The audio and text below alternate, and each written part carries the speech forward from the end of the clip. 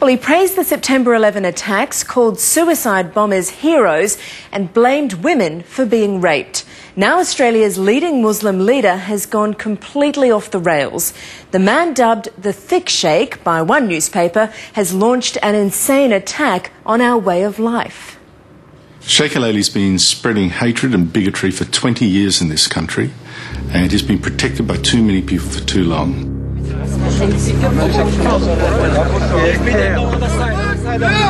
Sheik al-Halaili is the most senior Muslim cleric in Australia. Here he is on Egyptian television this week talking about Australians. Their values are upside down. They have no democracy, no freedom. They are the worst liars and unjust people. Remember, this is the same guy who recently described Aussie women as meat and blamed them for provoking sexual attacks by wearing skimpy clothing. Now he's telling the world that Australia has no freedom or democracy and that we're liars and unjust people. And that's not all. Here he is claiming Muslims were in Australia before European settlers. Australia is no longer Anglo-Saxon. We've been in Australia longer than them. Islam is deep-rooted in the Australian soil. Islam was here before the English fleet. What he's saying is he's got more right to be here than non-Muslims. Andrew Bolt from Melbourne's Herald Sun newspaper has long been critical of Sheik Halaili. For more than 20 years has said things like this and worse, and is still the leading mufti, the leading imam in Australia. What does this say about Muslims in Australia, that this man continues, after all is done, to represent them? The Sheikh's interview was broadcast in Egypt on Monday night and seen around the world the following day on satellite TV. Here he insults our heritage. The English and Anglo-Saxons arrived in Australia as convicts in handcuffs. We paid from our own pockets and went there as free people. If he calls himself an Australian, then he shouldn't be saying what he's saying. He needs to conform himself to our society as to what we believe is right and wrong. I do understand that some people will be offended, and I do apologise to anyone who's offended.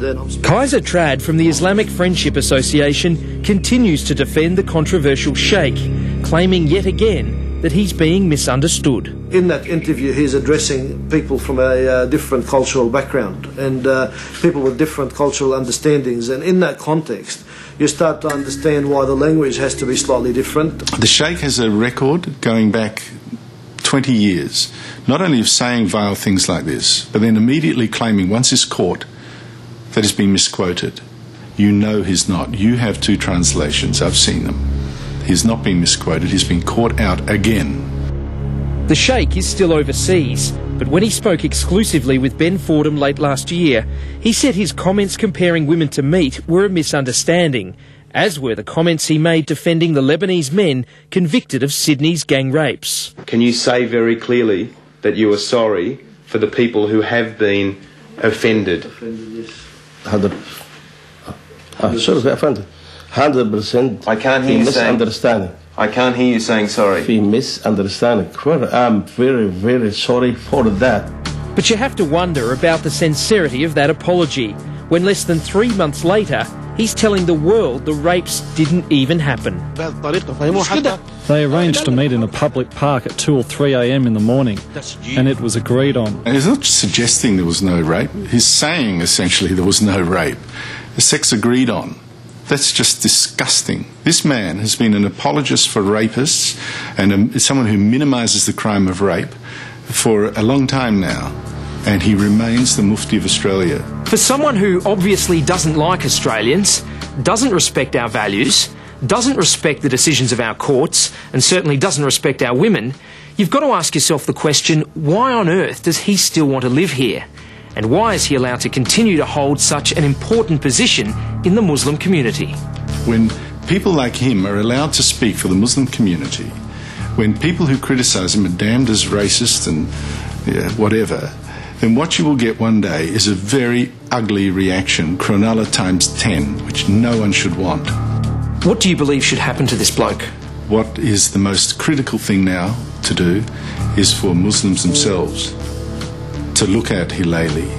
If they really think he speaks for them and is only a victim, then I think the rest of Australia should think, what is the place of Islam in Australia? Can we afford it? Ben McCormack reporting, and Sheik al-Hilali is now planning to share his views at another conference in the Middle East.